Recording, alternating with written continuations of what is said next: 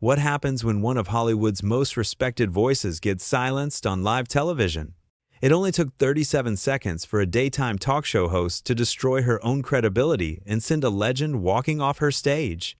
This is the story of the moment Tamron Hall crossed a line she can never uncross. The studio lights were blazing hot that afternoon, the kind of heat that makes everything feel more intense, more real. Morgan Freeman walked onto that stage like he had walked onto 1,000 others before. Calm, composed, wearing that signature smile that has comforted audiences for decades. The applause was thunderous. People in that audience knew they were in the presence of greatness. They had grown up with his voice narrating their favorite films, his presence commanding every scene he touched. Tamron Hall stood there, microphone in hand, grinning wide for the cameras. But something was different about her energy that day. There was an edge to it, a sharpness that the audience could not quite place yet. They would figure it out soon enough. "Morgan Freeman, everybody," Tamron announced, her voice sticky, sweet, dripping with that manufactured enthusiasm that talk show hosts perfect over years of practice. "Thank you so much for being here." Morgan settled into the guest chair, that familiar ease washing over him. "Happy to be here, Tamron. Thank you for having me." The first few minutes rolled along like any standard interview. Questions about his latest project, questions about his process, the usual soft lobs that guests expect and hosts deliver. Morgan answered each one with grace, with thoughtfulness, giving the audience exactly what they came for. Stories from set, insights into his craft, little moments of wisdom that only someone with his experience could offer.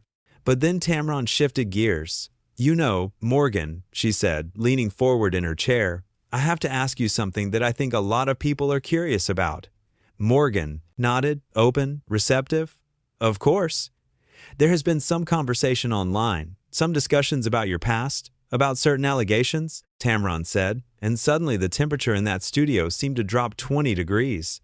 Morgan's expression did not change much, but you could see something flicker behind his eyes, a recognition, a realization that this interview was about to go somewhere he had not agreed to go. "I am not sure what you are referring to," Morgan said carefully, his voice still steady, still controlled. Tamron smiled, but it was not warm anymore. "Oh, I think you know exactly what I'm referring to. The accusations from a few years back, the allegations about inappropriate behavior on set." The audience shifted uncomfortably. This was not what they had come to see. They had come to celebrate an icon, not watch him get ambushed on live television. "Those allegations were investigated thoroughly," Morgan said, his voice firmer now, "and nothing was substantiated. I have always maintained my innocence, and I would appreciate it if we could move on to discussing my actual work." But Tamron was not interested in moving on. She had tasted blood in the water, and she wanted more. "But Morgan, do not you think that in this era, in this time we are living in, that people deserve answers? That your fans deserve to hear you address these things directly?" "I just did address them directly," Morgan replied, and now there was an unmistakable edge to his tone. "I told you they were investigated and found to be without merit. What more would you like me to say?" Tamron leaned back, crossing her legs, looking far too pleased with herself. "I guess what I am asking is, do you think your legacy is tainted by these accusations? Do you worry that future generations will not be able to separate the art from the artist?" The audience was dead silent now. You could have heard a pin drop in that studio. This was no longer an interview. This was an execution, and everyone watching knew it. Morgan took a slow breath. You could see him making a choice in that moment, deciding how to handle this. He could have exploded. He could have shouted. He could have given Tamron exactly the kind of dramatic moment she was clearly fishing for. But that was not who Morgan Freeman was. "Tamron," he said quietly, "I came here today in good faith. I came here to talk about my work, to connect with people who have supported me throughout my career. I did not come here to be tried and convicted for things that never happened." "But you cannot just ignore these questions," Tamron pressed, and now she was sitting forward again, hungry, relentless. "You cannot just pretend that these conversations are not happening."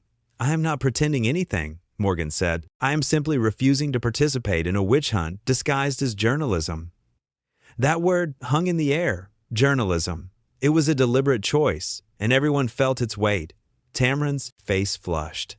"Excuse me? A witch hunt?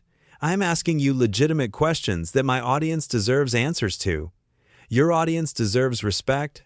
Morgan countered. They deserve the interview they were promised, not this ambush. And I deserve the same respect that any guest on your show should receive. You know what? Morgan, Tamron said, and now her voice was rising, that professional veneer cracking. Maybe if you had been more respectful to the women who worked with you over the years, we would not be having this conversation. The audience gasped. Several people audibly gasped, because what Tamron had just done was cross a line that you cannot uncross. She had not asked a question. She had made an accusation. She had declared him guilty without evidence, without proof, without any semblance of fairness. Morgan stood up. He did not storm off. He did not throw his microphone.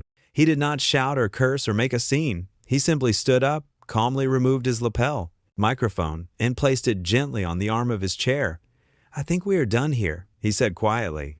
Wait, Morgan, sit back down, Tamron said, suddenly realizing that this was spiraling out of her control. We are not finished. Yes, we are, Morgan said. And his voice had that finality to it, that deep, resonant quality that made it impossible to argue. I will not sit here and be disrespected. I will not participate in my own character assassination. And I certainly will not give you the ratings boost you are clearly desperate for. Tamron stood up too now, her face red, her hands shaking slightly. You cannot just walk off my show. Watch me, Morgan said simply. And he did. He turned and walked toward the stage exit, his footsteps echoing in that silent studio. The audience did not know whether to applaud or stay quiet.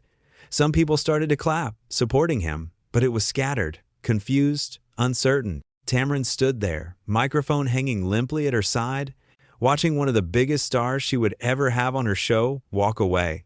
And you could see it on her face, the realization, the understanding that she had just made a massive, career-defining mistake. Morgan, please. She called after him, but her voice was weak now, stripped of all that earlier confidence and aggression. He did not turn around. He did not even pause. He just kept walking until he disappeared behind the curtain, leaving Tamron Hall standing alone on her own stage, exposed and deflated. The studio crew did not know what to do. The cameras were still rolling, capturing every second of this disaster. Someone finally called for a commercial break, and the feed cut away, but the damage was already done. What happened in those 37 seconds changed everything. From the moment Tamron made that accusatory statement to the moment Morgan removed his microphone, 37 seconds, that would be replayed millions of times, analyzed, dissected, turned into memes, and think pieces and endless social media debates. But here is what really happened in that studio that day. Here is what those cameras did not quite capture. After they cut to commercial, after the audience was ushered out in confused silence, Tamron stood there on that empty stage. One of her producers approached her, tablet in hand, showing her the social media reaction that was already exploding online, the hashtags that were already trending, the overwhelming tide of support for Morgan Freeman and condemnation of her tactics. She had thought she was being brave. She had thought she was asking tough questions, holding powerful people accountable. But what she had actually done was ambush a guest who came on her show in good faith. What she had done was make accusations without evidence.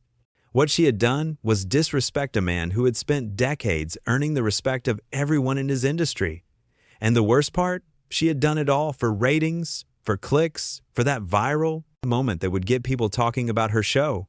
She had gotten her viral moment all right, just not the way she wanted it. Let's back up and really look at what happened here. Morgan Freeman arrived at that studio like a professional. He showed up on time. He was gracious to the staff. He was ready to do the work. Every person who works in television will tell you that these details matter, that the biggest stars are often the easiest to work with, the most professional, the most prepared. And the interview started normally. Tamron asked about his latest film, about his preparation for the role, about working with the director. These were the questions that had been agreed upon in pre-interviews, the topics that Morgan's team had approved. This is how talk shows work. There is a structure, an agreement, a mutual understanding of what will be discussed. But Tamron had other plans. She had seen the success that other hosts had found by creating controversial moments. She had watched clips of heated exchanges go viral, generating millions of views, getting her colleagues' names in headlines. And she wanted that for herself. She wanted to be the host who asked the tough questions, who did not let celebrities off easy, who created must-see television. So she went rogue. She abandoned the agreed-upon topics and dove straight into the most sensitive, most painful chapter of Morgan's recent history. Those allegations that had been investigated by multiple parties and found to be unsubstantiated.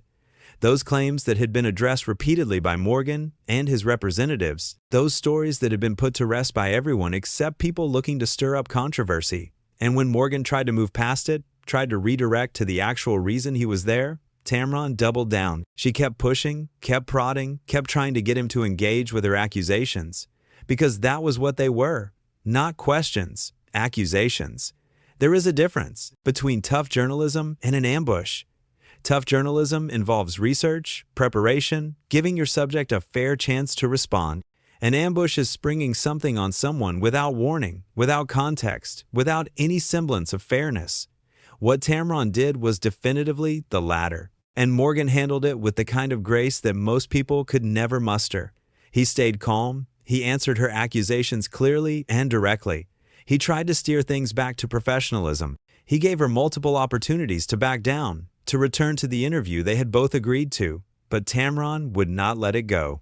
She was committed to her ambush, convinced that she was doing something important, something brave, and in her determination to create her viral moment, she said the thing that crossed the final line. Maybe if you had been more respectful to the women who worked with you over the years, we would not be having this conversation. That sentence, those words, they were not a question. They were an accusation of guilt. They were Tamron deciding, live on television, that Morgan Freeman was guilty of the very things he had been cleared of. They were her appointing herself judge, jury, and executioner, all in service of her own ego and her show's ratings. And Morgan Freeman, a man who had spent his entire life conducting himself with dignity, who had built a reputation on professionalism and respect, who had navigated decades in Hollywood without becoming a diva or a tyrant, was not going to stand for it. His decision to walk off was not impulsive. It was not a tantrum. It was a boundary. It was him saying, clearly and firmly, that there are limits to what he will accept, even on live television, even at the risk of bad publicity. It was him demonstrating that sometimes the most powerful thing you can do is simply refuse to participate in your own degradation. As he stood up and removed that microphone, you could see the calculation happening on Tamron's face. The sudden understanding that this was not going according to plan, that she had not gotten the defensive, the anger, the explosion she was clearly hoping for. Instead, she had gotten something far more damaging to her. Dignity, calm, a quiet refusal that made her look like exactly what she was in that moment. A bully who had overplayed her hand. Her attempts to get him to stay, those weak calls of his name, only made it worse, because they revealed what this had always been about. Not truth, not accountability, not journalism. It was about her show, her moment, her career. And when her target refused to play along, when he took his power back by simply leaving, she was left with nothing. The walk to the exit probably took 15 seconds, but it must have felt like an eternity to Tamron. 15 seconds of watching everything she had planned crumble. 15 seconds of silence from an audience that had turned against her. 15 seconds of knowing that this moment would define her career, and not in the way she had hoped. By the time Morgan disappeared behind that curtain, the entire dynamic had shifted. He had come onto that stage as the guest, the one in the vulnerable position, the one subject to the host's questions and agenda. But he left as the one in control, the one who had set the boundary, the one who had refused to accept disrespect. And Tamron was left standing there, holding a microphone that suddenly felt very heavy, on a stage that suddenly felt very empty. She had wanted to be the hero of this story, the brave journalist holding a powerful man accountable. Instead, she had become the villain, the bully, the person who had ambushed a guest and paid the price for it. The crew cutting to commercial was a mercy. It gave her a moment to collect herself, to try to figure out how to salvage this disaster. But there was no salvaging it. The moment had been captured. The damage had been done. And in the age of social media, there is no taking back something like this. Think about what Morgan could have done differently. He could have fought back aggressively. He could have matched her energy, raised his voice, created the kind of heated exchange that would have given her exactly what she wanted. He could have stayed and tried to defend himself, engaging with her accusations point by point, getting drawn deeper into her trap. Instead, he did the one thing she was not prepared for. He left.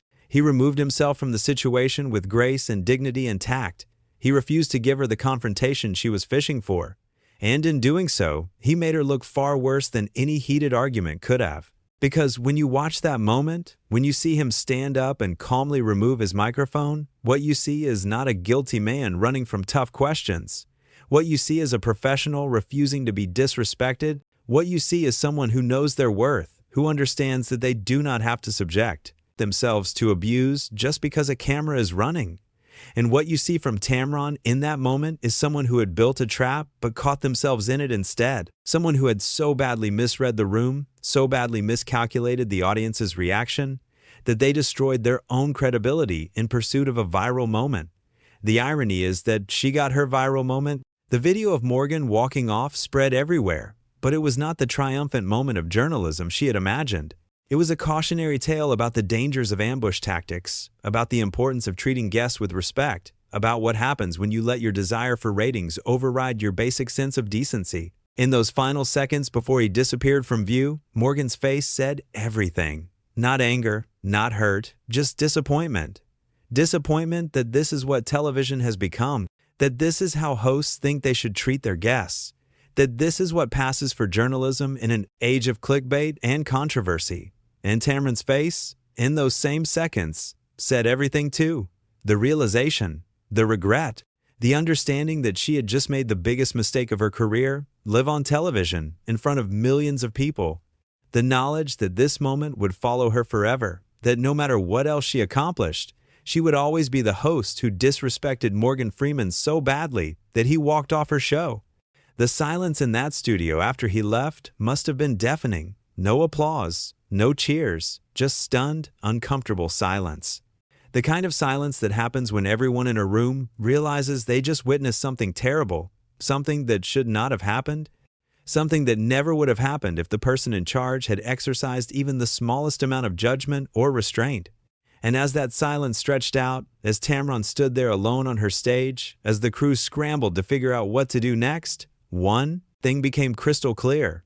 Morgan Freeman was not the one who lost something that day. He walked out of that studio with his dignity intact, his reputation enhanced by how he handled an impossible situation, his standing in the industry somehow even higher than when he walked in. Tamron Hall was the one who lost everything. Her credibility, her reputation as a fair interviewer, the trust of future guests who would now think twice before agreeing to appear on her show, the respect of an audience that had watched her cross a line that should never be crossed. And all of it happened in 37 seconds. 37 seconds that started with an accusation and ended with an empty chair. 37 seconds that proved sometimes the most powerful response is not fighting back, but simply refusing to participate. 37 seconds that showed the world exactly who these two people were when pushed to their limits. Morgan Freeman, the consummate professional, the man who knows his worth and will not compromise his dignity for anyone. And Tamron Hall, the host who wanted a viral moment so badly that she was willing to destroy her own credibility to get it. The cameras stopped rolling, the lights dimmed, the audience filed out, confused and uncomfortable, texting their friends about what they had just witnessed. And somewhere in that building, Morgan Freeman was probably already in his car, heading home, having handled an impossible situation with the same grace and dignity he brings to everything he does. While Tamron stood on her empty stage, holding her microphone, facing the reality of what she had just done and wondering if there was any way to undo it, knowing deep down that there was not, that this moment would define her. That 37 seconds of bad judgment would overshadow years of work. That is what happens when you mistake cruelty for courage, when you confuse ambush tactics with tough journalism, when you forget that the people who come on your show are human beings deserving of respect, not props for your viral moments. Morgan Freeman reminded everyone of that. Not with words, not with anger, but with simple, dignified action. He drew a line and refused to let anyone cross it. And in doing so, he taught a masterclass in self-respect, in professionalism, in knowing when the only winning move is to walk away. 37 seconds. That is all it took for one person to reveal their character and another to destroy theirs. 37 seconds that will be studied and discussed and replayed for years to come. 37 seconds that proved you can have all the power, all the control, all the cameras pointed at you, and still end up looking like the villain if you do not treat people with basic respect. This was not just a walk-off. This was a statement. This was a boundary. This was a legend reminding the world why he became a legend in the first place. not just because of his talent, but because of his character, because of his unwillingness to compromise his dignity. Because when someone tried to tear him down on live television, he simply refused to participate. And that refusal, that quiet, calm, dignified refusal, said more than any heated argument ever could.